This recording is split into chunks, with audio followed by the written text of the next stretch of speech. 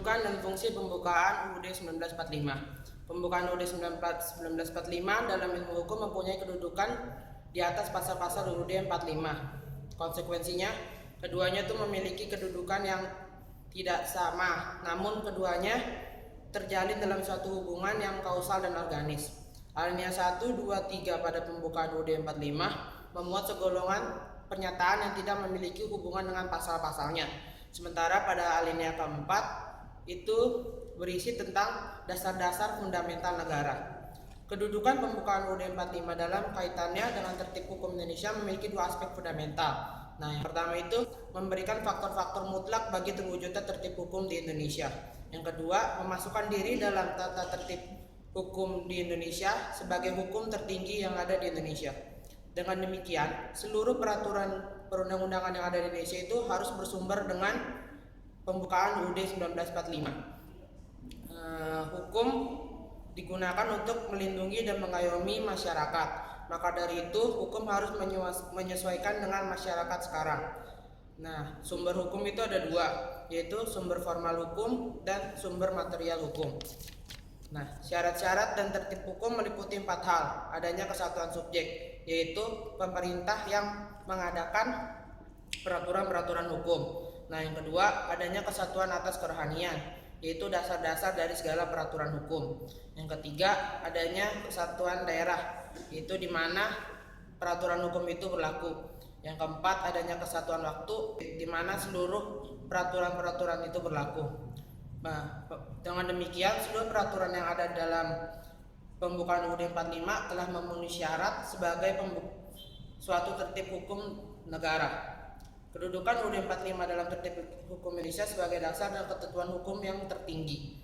Berdasarkan unsur-unsur yang terkandung dalam pembukaan UUD 45, maka menurut ilmu hukum tata negara bahwa pembukaan UUD 45 pada ikatnya telah memenuhi syarat sebagai pokok kaidah negara yang fundamental. Nah, pokok kaidah negara yang fundamental itu mempunyai hakikat dan kedudukan yang tetap. Pembukaan UUD 45 memiliki hakikat dan keadaan hukum yang kuat, bahkan secara yuridis tidak dapat diubah terlekat pada kelangsungan hidup negara. Pengertian isi pembukaan Undang-Undang Dasar 1945 terdapat pada 4 alinea. Yang pertama, alinea pertama. Deklarasi kemerdekaan yang terkandung dalam alinea pertama merupakan pernyataan yang bersifat universal. Oleh karena itu, pernyataan ini merupakan prinsip bagi bangsa Indonesia dalam pergaulan internasional. Yang kedua, alinea kedua. Perjuangan kemerdekaan bangsa Indonesia di samping sebagai suatu bukti objektif atas penjajahan pada bangsa Indonesia, juga sekaligus mewujudkan suatu hasrat yang kuat dan bulat untuk menentukan nasib sendiri yang terbebas dari kekuasaan bangsa lain. Demi terwujudnya cita-cita tersebut, maka bangsa Indonesia harus merdeka, bersatu, dan mempunyai suatu kedaulatan. Yang ketiga, alinea ketiga. Pada alinea ketiga menunjukkan bahwa antara pembukaan dengan proklamasi 17 Agustus 1945 merupakan suatu kesatuan, maka pembukaan Undang-Undang Dasar 1945 disebut juga sebagai naskah proklamasi yang terinci. Yang keempat, alinea keempat. Terdapat 4 prinsip pokok kenegaraan. Yang pertama, tujuan negara. Alinea keempat merupakan tujuan dalam dasar politik luar negeri Indonesia yang bebas dan aktif. Yang kedua, ketentuan diadakannya undang-undang negara. Ketentuan yang terdapat dalam alinea keempat inilah yang merupakan dasar yuridis, sehingga pembukaan Undang-Undang Dasar 1945 memiliki kedudukan lebih tinggi daripada pasal Undang-Undang Dasar 1945. Yang ketiga, bentuk negara. Bahwa bentuk negara Indonesia adalah republik yang berkedaulatan rakyat, sehingga merupakan suatu norma dasar negara bahwa kekuasaan ada di tangan rakyat. Yang keempat, dasar filsafat negara. Terdapat 4 tujuan pembukaan Undang-Undang Dasar 1945. Yang pertama, untuk mempertanggungjawabkan bahwa pernyataan kemerdekaan sudah selayaknya. Yang kedua, untuk menetapkan cita-cita bangsa Indonesia yang ingin dicapai dengan kemerdekaan. Yang ketiga, menegaskan bahwa proklamasi kemerdekaan menjadi permulaan dan dasar hidup kebangsaan dan kenegaraan bagi seluruh bangsa Indonesia. Yang terakhir, untuk melaksanakan segala sesuatu itu dalam perwujudan dasar-dasar tertentu yang tercantum dalam alinea keempat pembukaan Undang-Undang Dasar 1945. Nilai-nilai hukum yang terkandung dalam pembukaan UUD 1945 telah dijelaskan di muka bahwa di antara alinea 1, alinea 2, dan alinea 3 terdapat hubungan kesatuan. Alinea keempat pada hakikatnya merupakan penjabaran alinea 1, alinea 2, dan alinea 3. Oleh karena itu, dalam pembukaan UUD 1945, alinea 1, alinea 2, dan alinea 3 terkandung nilai-nilai hukum kodrat pada alinea 1, yang konsekuensinya direaksikan dalam alinea 2, hukum Tuhan dan hukum etis pada alinea 3, yang kemudian dijelmakan dalam alinea 4 yang merupakan dasar bagi pelaksanaan dan penjabaran hukum positif Indonesia. Yang sebenarnya dalam pembukaan UUD 1945 terkandung pengakuan hukum Tuhan, hukum kodrat, dan hukum etis, serta hukum filosofis. Berdasarkan kedudukan dan nilai urut-urutannya dalam hukum Tuhan, hukum kodrat, dan hukum etis, hukum hubungan keempat tersebut adalah bahwa hukum Tuhan, hukum kodrat, dan hukum etis berturut-turut merupakan sumber bahan dan sumber nilai bagi negara dan hukum positif Indonesia.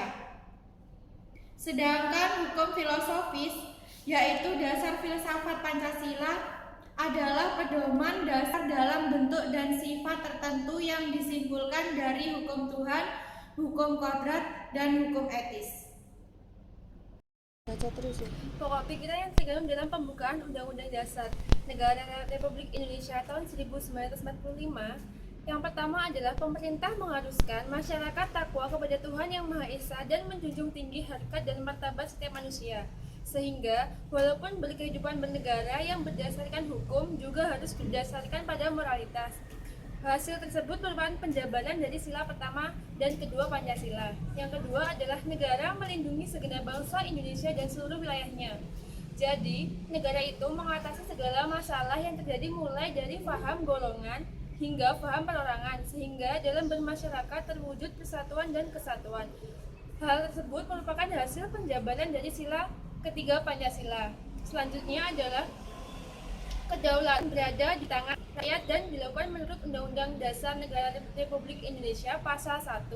Dan pokok pikiran ini menjadi dasar politik negara Indonesia. Hasil ini merupakan penjabaran dari sila keempat. Kemudian, Indonesia juga mempunyai tujuan untuk menciptakan negara yang berkeadilan sosial, yang didasarkan bahwa manusia mempunyai hak dan kewajiban yang sama. Hasil penjabaran ini merupakan hasil dari sila kelima Pancasila. Jadi pada intinya, dalam pembukaan undang-undang merupakan hasil penjabaran dari Pancasila sila pertama.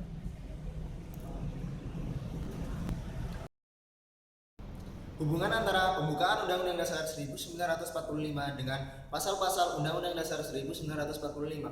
Dalam sistem tata tertib hukum Indonesia, penjelasan Undang-Undang Dasar 1945 berisi tentang pokok-pokok pikiran yang meliputi suasana kebatinan dalam Undang-Undang Dasar 1945 itu sendiri, serta terwujudnya cita-cita hukum yang ada di negara Indonesia.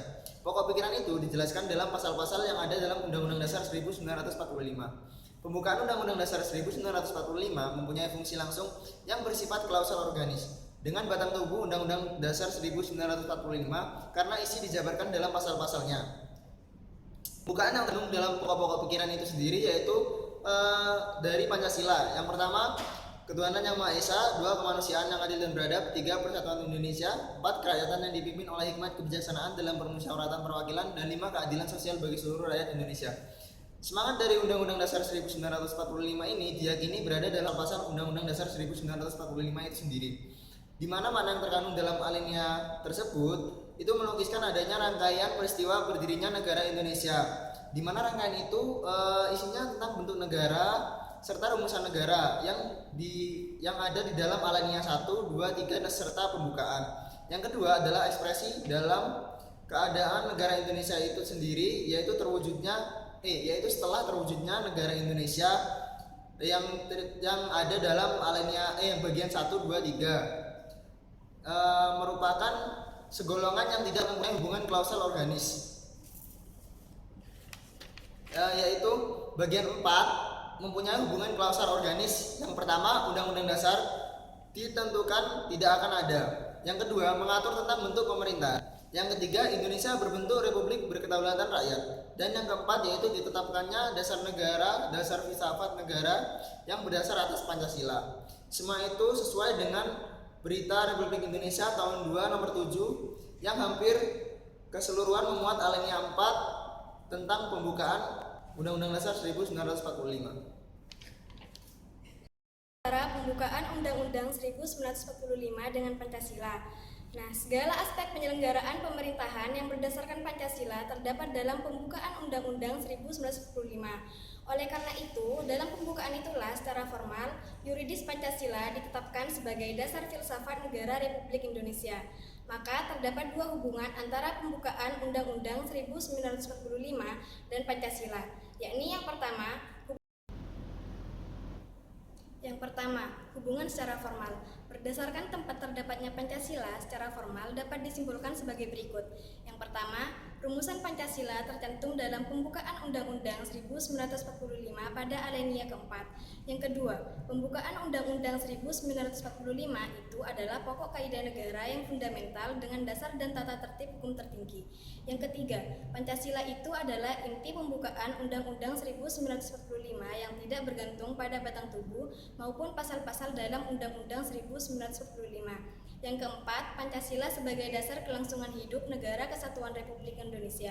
Dan yang terakhir, Pancasila sebagai substansi esensial dari pembukaan dan mendapatkan kedudukan formal yuridisnya sebagai dasar negara. Nah, yang kedua, hubungan secara material. Urutan tertib hukum Indonesia pembukaan Undang-Undang 1945 adalah sebagai tertib hukum yang tertinggi. Adapun tertib hukum Indonesia tersebut bersumber dari nilai-nilai yang terkandung dalam Pancasila, sehingga dapat disimpulkan menurut Notonegoro secara material yang merupakan inti sari dari pokok kaidah negara yang fundamental tidak lain adalah Pancasila.